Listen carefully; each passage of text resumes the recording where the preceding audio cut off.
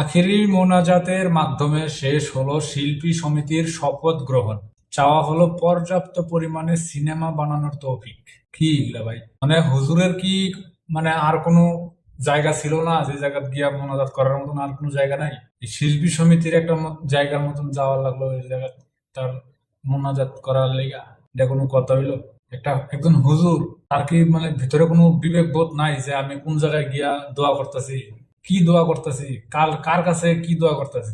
মানে ভিতরে কি কোনো কমন সেন্স নাই? আর যারা এই কাজটা করতেছে তাদেরও কি মানে মানে ভিতরে কোনো অনুশোচনা নাই যে আমরা একজন হুজুরের দিয়া কি একটা জায়গা উদ্বোধন করাইতেছি? খুব খারাপ, ঠিক আছে? এই জিনিসগুলো খুব খারাপ।